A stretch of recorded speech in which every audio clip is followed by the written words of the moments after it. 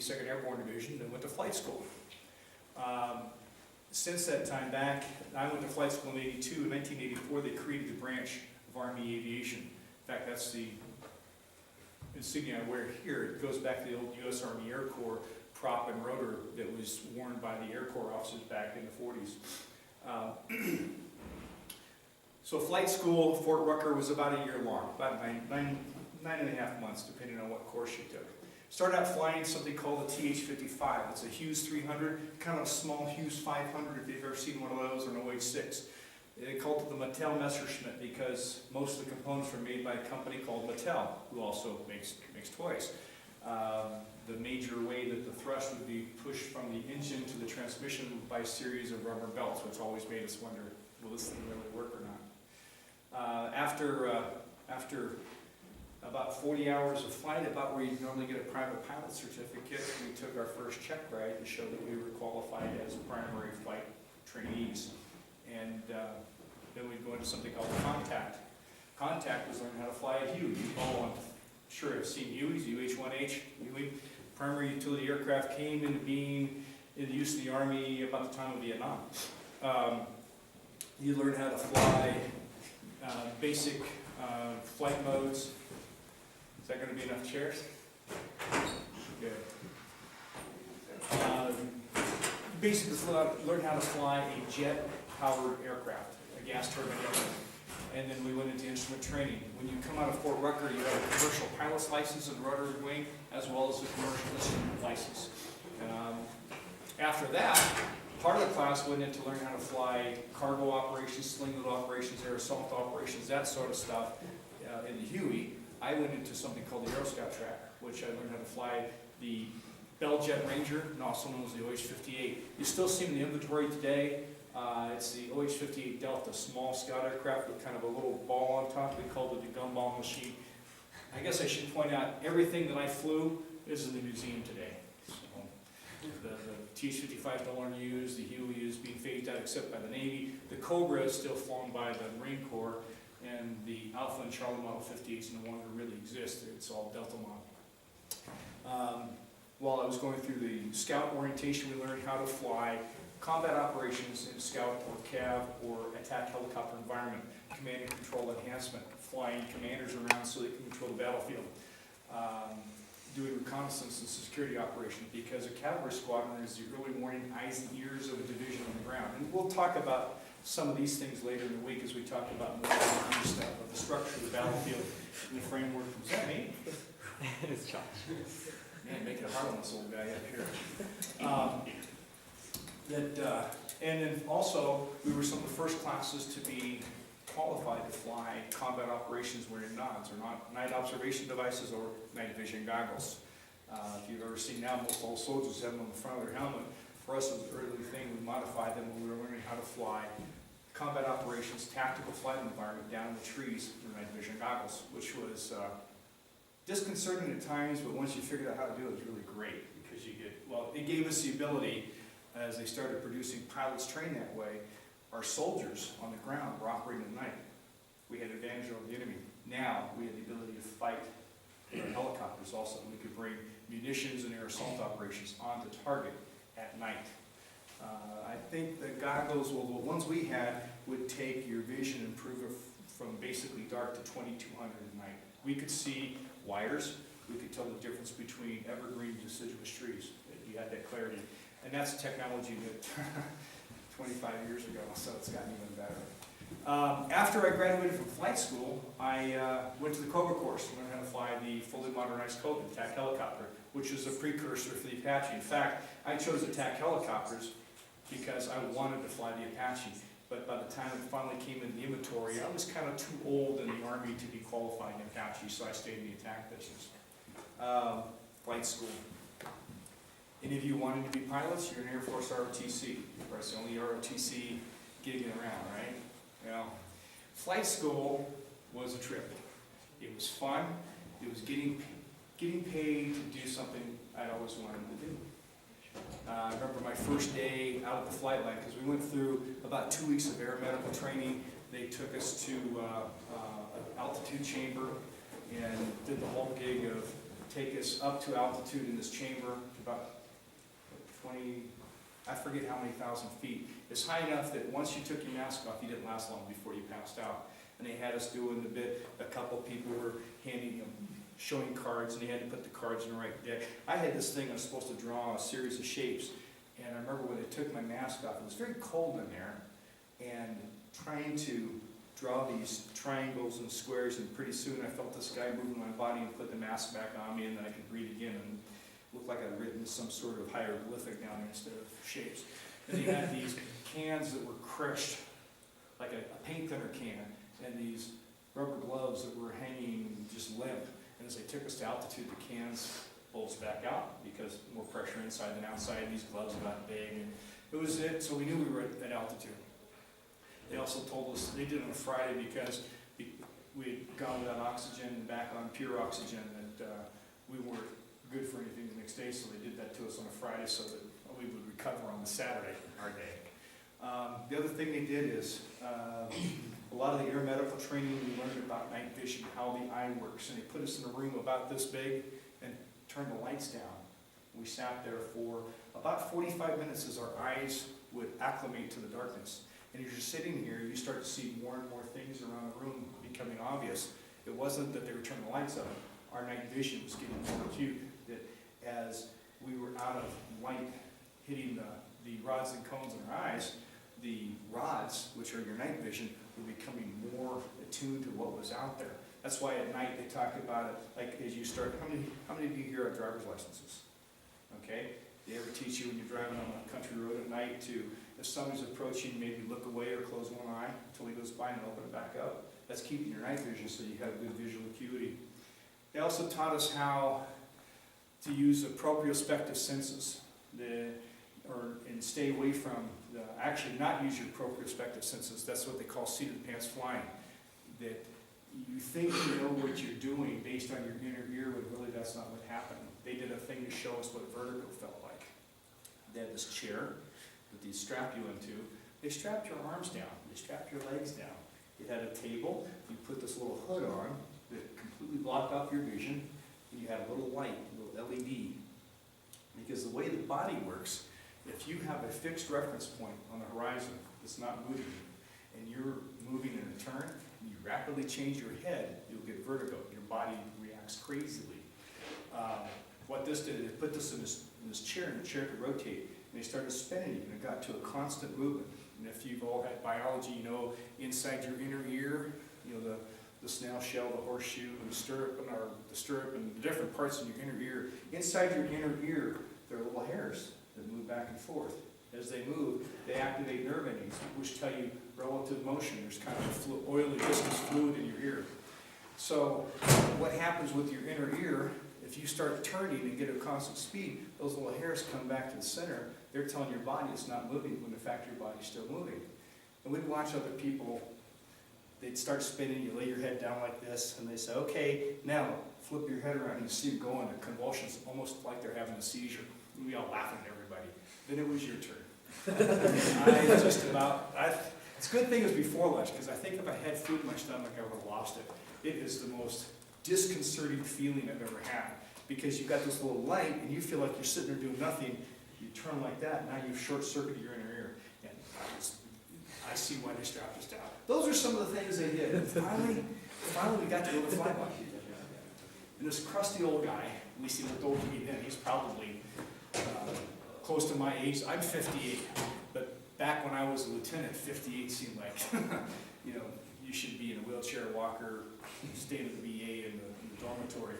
This guy comes out and goes, come on, we're gonna go flying. It's almost like in the movie Matrix, where you stick that probe in the back of the head and lock yourself into the Matrix. This guy just attached himself to the helicopter and made it fly like it's part of his body. The aircraft is pretty basic. There was a piece of yarn and string screwed onto the front windshield. That was our turn and bank indicator, because if the string was off to one side, it means you're flying out of trim. It's important to stay in trim when you're flying, because it keeps the most efficient use of your lift. So if the string was one side, you'd step on it and bring it back. And we had a couple radios. There wasn't much else. Guy says, see that over there? That's a hospital. If I fall over forward, you got to fly us to the hospital. Are you serious? You know, and off we went to fly, and we got out this huge, huge training area. All these little helicopters looking like mosquitoes hovering around out there.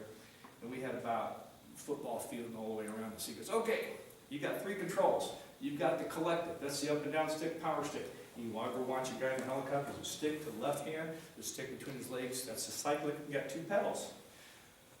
Cyclic, you pull up on that, adds more power to the system, you keep everything relative to the horizon, you go up in the air. Push it down, you go down. And there's this procedure in the helicopter, that you never want the helicopter not be controlled by someone.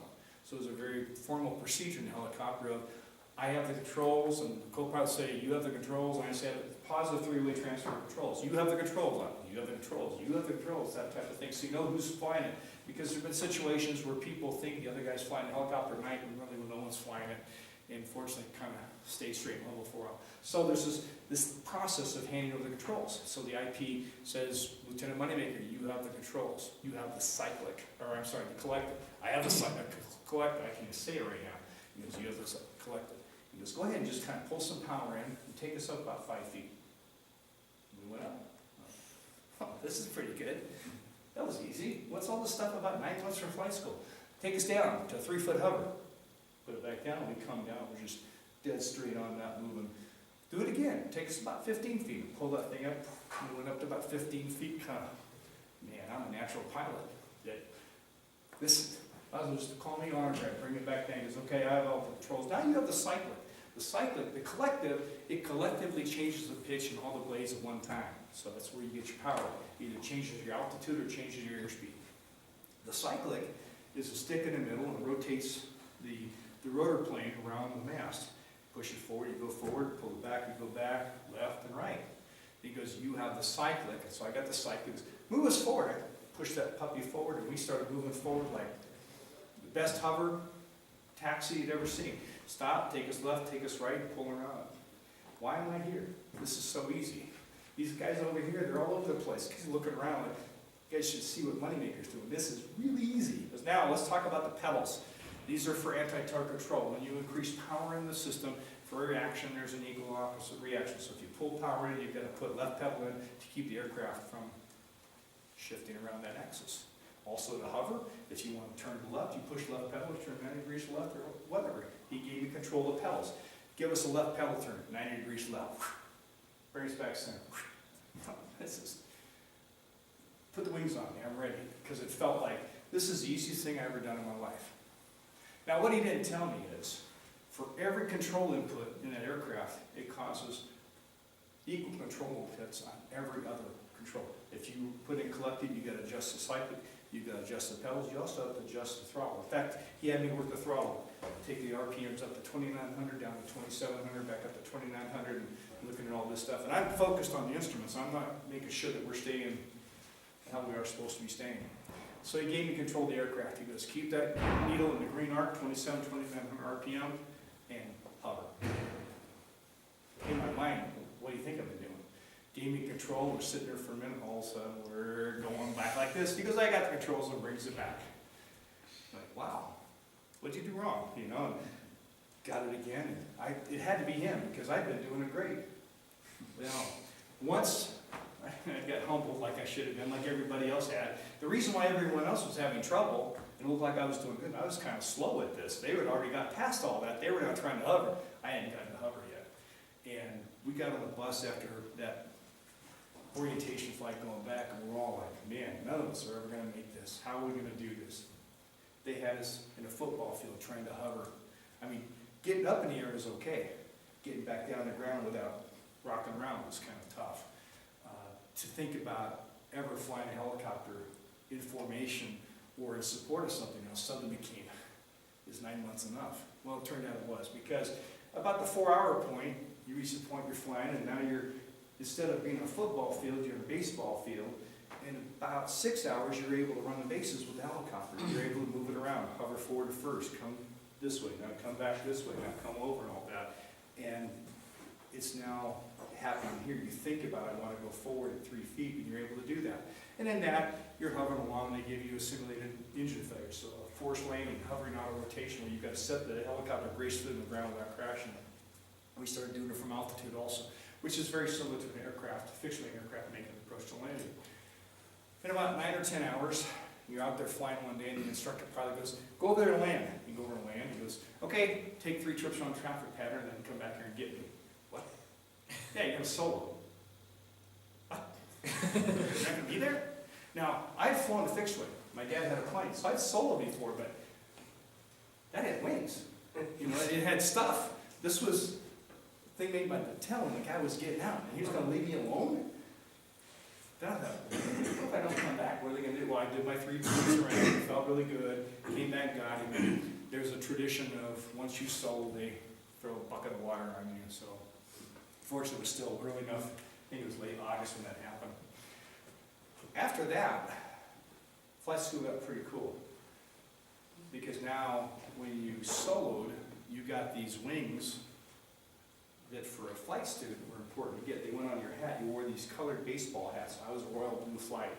And you get your wings sewn on your hats, and you run down to the tailor shop and have them take that colored ink and turn the S that says, I thought it meant solo. Maybe it meant stupid. But because, you know, I'm in Fort Rucker, Alabama. There's pilots everywhere. I've got 10 hours in aircraft. I've got these set of wings with a blue S on it now. And I'm soloed, you know, and there's guys that have been far more hours. They've got stars and wreaths on their wings, and I'm walking around as proud as can be because I soloed. And finally everybody got soloed, but it felt good. I couldn't wait to get home. This is before cell phones. I guess you guys don't know life without cell. This is before VCRs. You guys probably don't know what VCRs are, do you? I do. Yeah, before CDs. Yeah, big, yeah. Big thing, 'cause Couldn't wait to get home, call back home and tell my dad that I'd soloed.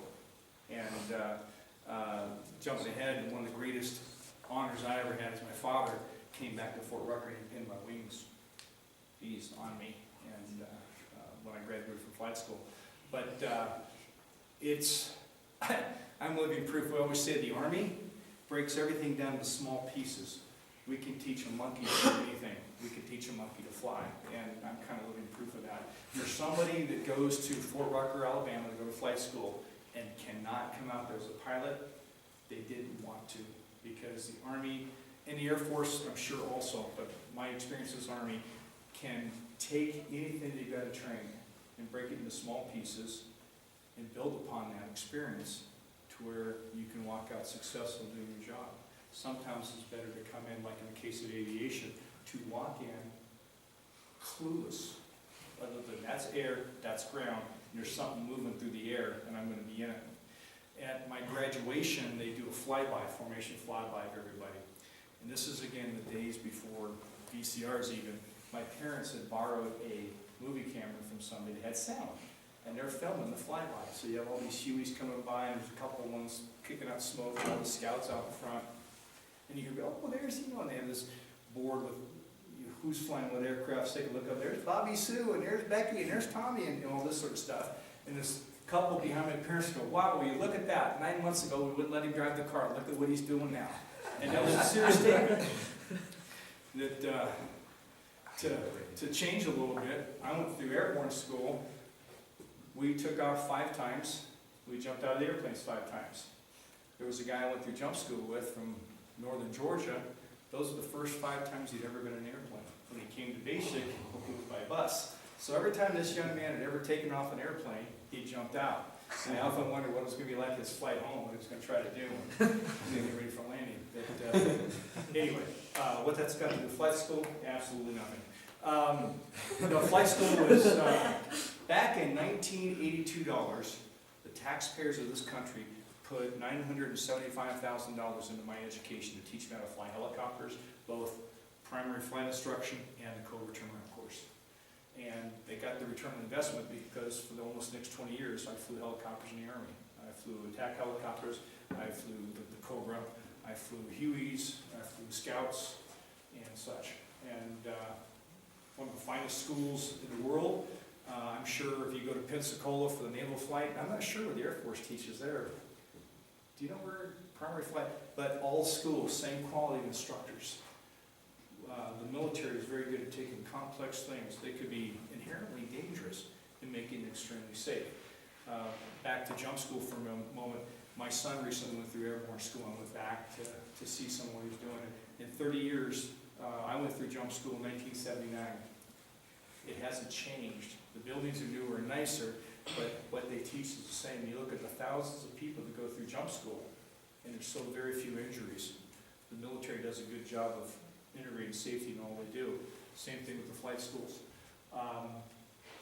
What comes out of Fort Rucker is a quality of pilot that can go out and immediately get into an aircraft after it goes through a local area orientation, excuse me, of what's going on in that particular area you're flying at, and you're ready to fly beside anyone else in the unit. You can fly combat operations. Now, things that we did, like the most experienced pilot in my company, was always paired with the newest, least experienced pilot. And then the next most experienced with the next least experienced, and worked this all the way back up. So your last crew of 7 Cobras, 14 pilots, crew number 7 was the 7th most experienced and the 8th most experienced, if you will, flying together. There was one exception to that, because as the air battle captain, the guy that ran the mission in the air, I always grabbed the most experienced pilot as the instructor pilot, because many times the aircraft I was in became a single pilot aircraft, because I'd be running several different radio frequencies, talking to the unit we're supporting, talking to the Air Force, we're covering the aircraft. The attack helicopter business, we did something called JAT, Joint Air Attack Team, which was field artillery, Air Force close air support aircraft, be the A-10s or F-16s, Army Cobras, and then the unit on the ground. So just start thinking artillery net, Air Force net, our internal attack net, the ground unit, and all these things. So you're trying to control that, and you've got to sequence in. An ideal JAT is your artillery will fire the rounds, could be anywhere from 20 to 30-second time of flight. You want those rounds impacting on the ground just as the Air Force is coming in to let loose their 30-millimeter anti-tank weapons.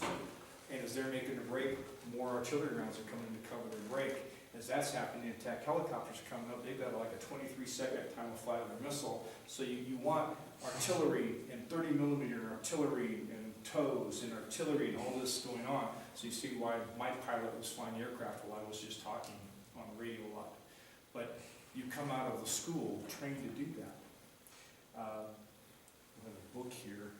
The first operator's manual that I had was about that thick, maybe 3/8 of an inch thick. There were 2 chapters in it that we had to memorize verbatim. Operating limitations and emergency procedures. The emergency procedures we had to have memorized. Basically, I had to tell you what the punctuation was. It was like maybe 7, 8 pages, and we were stressing out about memorizing 7 or 8 pages of operating procedures, or operating limitations and emergency procedures. And I'm like, oh man, are we ever going to do this? Because on check ride, you got to tell me about retreating blade stall. You'd have to tell them about that. Or tell me what the starting limitations are for the T-55 Charlie, or this and that. But somehow we managed to absorb it all. When I got to the Cobra transition course, the operating limitations and emergency procedures section of that book that I had to memorize was thicker than the entire manual of the first helicopter I flew. Yet, by the time I got to that, it was real easy. The process to memorize and understand how all that worked had become second nature. And the manual was like this, and the tactics manual was almost as thick and such, that it's like the military style of training. You do something complex is to give you a handful of stuff, and then as you start being able to handle that pretty well, they give you some more, they add more. Who's ever built Legos? 5 minutes. Okay. Who's ever built Legos before? Okay.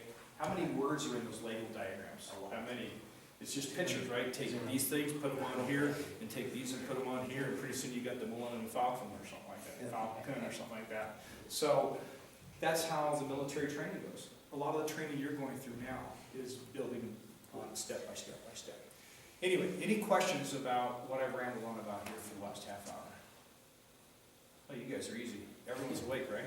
Good. Well, thank you, and that concludes this. All right. I have no idea how to shut this off. So. Same here.